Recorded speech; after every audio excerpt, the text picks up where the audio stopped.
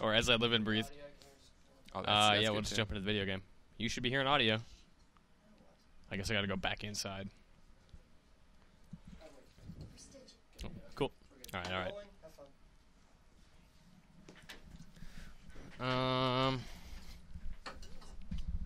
Alright. You want to start from here? Yeah, we'll just go here and then we'll climb inside. Oh, it's already going. Oh, cool. Oh, so it is. Okay. Cool. You want to point? Yeah, sure. I'll walk you in. Yeah, yeah. What's up, everybody? Welcome to a Let's Play for The Walking Dead Season 2, Episode 1, All That Remains. I'm one of your hosts, Greg Miller, alongside my Canadian Maple Leaf, Mitch Dyer. Hi, Greg. Hey, Mitch, how are you? I'm doing great. You are playing The Walking Dead. Yes. This is not your first time. You're reviewing the game. Yes. Bring us up to speed what's happening right now. So, Clem's in a bad way. You can Yep. tell she's kind of limping around, holding her arm. She's hurting. We won't spoil why. Oh, what happened. Oh, no spoilers except No. for spoiling this one section of the game. Yeah, so we're just Gotcha. we're gonna play through this. We're gonna speak loosely around stuff, Cool. just to kind of whet your appetite for the game.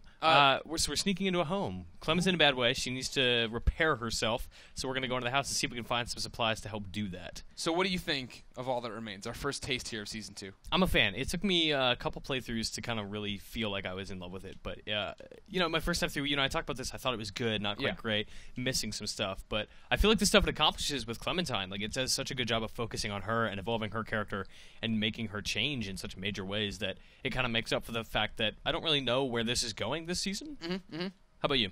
No, I'm in the same boat. Like, that was the big thing. We talk about it in Talking Walking Dead. Walking I never Dead. get that title right. Someday. Anyways, you'd think it'd be easy because it's Walking Dead with talking in front of it, but I screwed up every time. We did another one of those spoiler-casty shows. And yeah, talking about it, like, I love the fact that for the first time, Clementine's a fleshed-out character. And I didn't realize in Season 1 that she wasn't. I never found anything lacking for what her involvement was in the story. You didn't know what it was missing until it was there. And it was one of those things you talked about it, the fact that she's on this pedestal. We were Lee. Lee is what it was all about, and his relationship here was important, not so much she being important. Yeah, and what we're seeing now, I mean, she's taking care of herself. She's hurt. She has come up with a solution on her own. She didn't have anyone there to tell her, hey, to survive, you need to, get peroxide and you will find bleed to bandages death or get infected if yeah, you don't she's do something about it. Now she's just figuring knows. it out, and she's being resourceful about it. With crime, breaking and entering. Hey, this is if later on there'll be choices here to tell people what you think, and what I went with was I had to do this. Yeah, what I mean? This is totally that that old. You did not help me. Like right now, we're breaking into the home of people who locked us in a shed because they feel like Clementine's a threat. Yeah, yeah, and it's totally one of the ancient parable there. Would you steal bread to save your starving family? Right? Yep. You're in the Walker apocalypse. Everything's gone to hell. You need to get your arm treated. They won't help you. What do? Right. Well, you break into their home and steal their items. I'd probably start murdering people.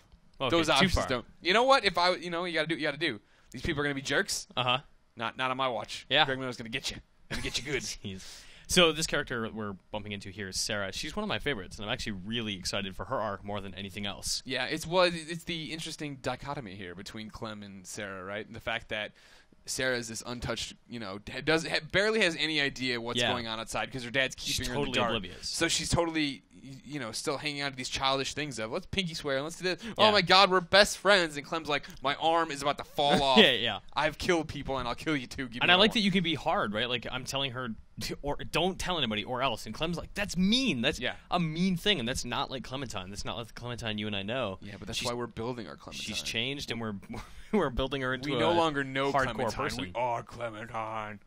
Yeah, in this whole episode, you can make her very threatening, and I kind of wonder how far Telltale will take that in the next few episodes as things get worse, and these relationships start to develop, and some of them start to fall apart, and we see how far Clem is willing to go to do what she needs to do, which is so far just stay alive. Yeah, I mean, the way you're talking about it, right, is a different way than I played about it, right? I went the friend role. And you were being. She's like, you want to be BFFs, and I'm like, sure, I will be BFFs. Yeah. Where's the peroxide? You know what I mean? Like, but that might come to bite you later. Sure. Right? I'm going to break her heart later on. Because you promised this girl you were friends. But again, pinky swore I know this girl's going to die. She's destined for death. Because she's so. If you're in the Walker apocalypse and you haven't been told about walkers, you are done for. This lady is done for. Sorry, ugly Betty, it's over. Oh my God! Right? She is ugly. On Betty. the nose. Wow. Totally a young ugly Betty. On that nose. Oh. Jeez. I can't unsee it now. It's there forever. Sorry. Didn't mean to do that to you. It's cold silence. I'm not talking to you. Silence is a valid option. Never forget. Not as valid as Bigby in Wolf Among Us. Yeah. They say that it's a valid option. Here, like Lee, you're selling, and that really goes anywhere. Yeah, that's true. Speaking of, what do you think of some of the new design choices as far as interface? Right here, very traditional. But we saw it a second ago when you were trying to break in. You had the different hammer, the different ring. Yeah, I kind of like the Wolf Among Us style, subtler interface, like softer looking icons. Sure. Bigger, but not quite in the way. And the only thing I'm not really super into in the interface, especially on PC, is the dialogue choices. On PC and iOS, they're just giant blocks in the bottom of the screen, like big rectangles. Here, it's a little more subtle, like the bright colors. With the buttons when you have the game hooked up. They're deteriorated, so it's like, like the dead world around us, man. This post-apocalyptic world. Here we go. It's happening. What are you going to do? You going to do it? No. Just going to look around. Get out of here. Give me the peroxide or you and your dad die. Those are the rules. I wonder if she'll give it to me if I tell her no. We can't really hear. No. No, you and I are sitting here in silence. Well, we're doing this for all the we people. have is each other. If people want to see the game, they want to hear the game. She's still going to totally help me. It. This is this is back to the people's argument with the first Walking Dead, right? That your choices didn't matter. Yeah. In the end, you still get the peroxide. It's true. I stick with the analogy I made up that this is like a coloring book. We each have the same picture, but the shades of it will be different, and that's where it all comes down. Yeah, and that's actually something that a lot of people around the office are asking me. It's like, how much do my choices matter from season 1? None. Like, basically not at all. In the argument is, will they later?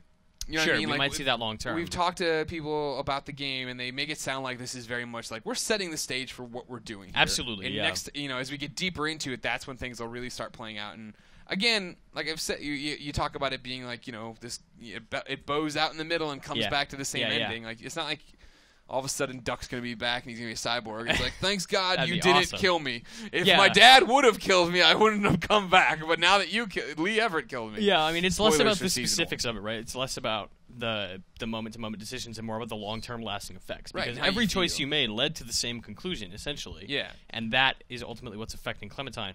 Also, is this painting different than it was when you and I played it? I feel like that was different. I think so, too. We can talk about it. What is it? It was a duck, one of these. right? In one of these rooms, there is a duck painting, and you walk at it, you tap on it, and she goes duck, and it's really sad. And I swear to God, it was this room. Also, I stole this watch last time. Yeah. No lasting effects yet. So we'll see where that goes. Yeah, in the future. good point. I took it too, and I didn't know what I was. There it is. There's the bandage. We got it. So no, well, maybe it is for you. Go in the other room, see if you can get in there. Let's go poke around. See what else about that? Is that a duck up there? You can't touch that guy over on the right here. That's a. I'm looking at every painting. I'm looking in here. Is there a duck in here? Ducks. Hello. This is the duck thing is one of my favorite Mitch Gregg stories. Which one? The fact that when you did like, not notice it? Yeah, no. That when I saw it, or when Mitch saw it, and we were talking about it afterwards, he's like, oh yeah, that she sees it and she thinks a duck, and she goes duck, and I go, oh, when I saw it, I thought it was going to be a duck, goose trophy somewhere in the game, which is probably the worst thing I've ever heard come out of your mouth. I really thought I was going to go to the next room, see another duck, and I would be duck, and then I'd see a goose, and if I click on it would go goose, and it would go bling. You're the worst. I am the worst. You're right, though. Where was the duck painting? Is it downstairs? There's rooms downstairs, too. Sir, I really feel like it was that room. Well, we must investigate with Telltale. Why'd you take out that duck? Well, I think you're getting ahead of yourself. Her hand looks huge there. It does. Same with her head. Boom! Look at that. That's a mirror. It's got a mirror effect, all right? Yeah. The game could have cheated out and not given you the mirror I appreciate any game that has a mirror in it. Yeah. Oh, man. It's something else they have to animate. Yeah. Got to render that whole world twice. I tell you, it's so tough. We know all about that. You got the vectors you got to flip. Then you got the shaders. Yeah. We got so many shaders. I forget who. Some game. I think it might have been Gary Whitta. Somebody. Where do we go? I went. Go in there. Go in the cupboard. I went into the what do you call that? I don't use it. So the shower. I went into the shower last time. I was role playing as Clem. Yeah. Greg Miller never gets in the shower. Greg Miller gets Lysol powder tossed right on him. God. Were you going somewhere with the story before we jumped in there? Oh, yeah, Gary Whitta. Yeah. I think it was Gary Whitta. If it wasn't, I apologize. He called out the shredded mini wheat on Twitter the other day. I don't know. Because it was looking at the shredded mini wheat in an ad was looking at itself in a spoon and the reflection wasn't flipped the right way. It sounds like something Gary Whitta would do, and if not, just props to Gary Whitta at Whitta on Twitter. Love that guy. Very good.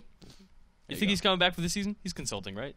No, there's been no mention of Gary Whitta being involved with season 2. Everyone harass at Whitta on Twitter. Find out if he's coming back. Hey, you not have a job no more? Yeah. Don't do that. No one harass him about that.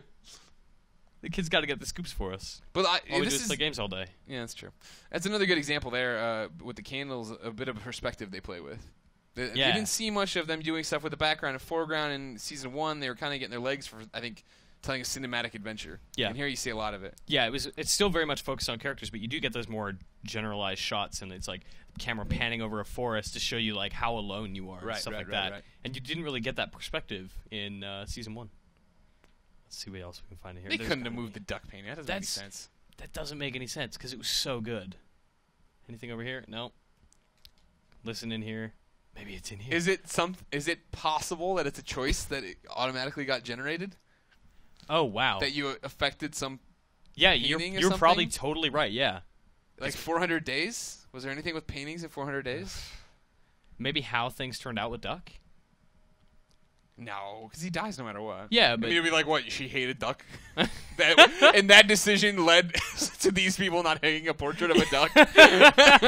What decision led to them buying that particular painting pre-apocalypse?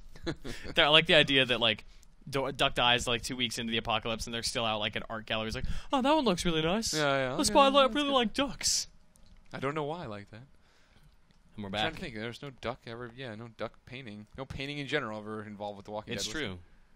So this time around, we did not get the juice box. No, I still got to see that. In my playthrough, when I get it tomorrow, I'm going to have to go through it. I totally forgotten to talk to Alvin this time, which is an option you can make, and it gets you bandages that are not made of trash. Yeah, the trash bandages. I didn't even realize that they weren't clean. Like, she just picks them up, like, this will do. I'm like, good enough. Yeah. Let's take care of you, little lady. Ugh, such a gnarly wound. Are you going to do this? No, you want to close it off? Oh, fine. Ladies and gentlemen. I don't want to watch this again. This of is course, is The Walking Dead Season 2, Episode 1. All that remains. We are IGN, Greg and Mitch. Mitch, thank you so much for playing this game. You betcha, buddy. You can read Mitch's full review on IGN. You can catch Talking Walking Dead on IGN. Please see do. what we think of the whole thing. And then you can bet your bottom dollar and Clementine hat that you can keep coming back to IGN for everything Walking Dead. Ow, my arm.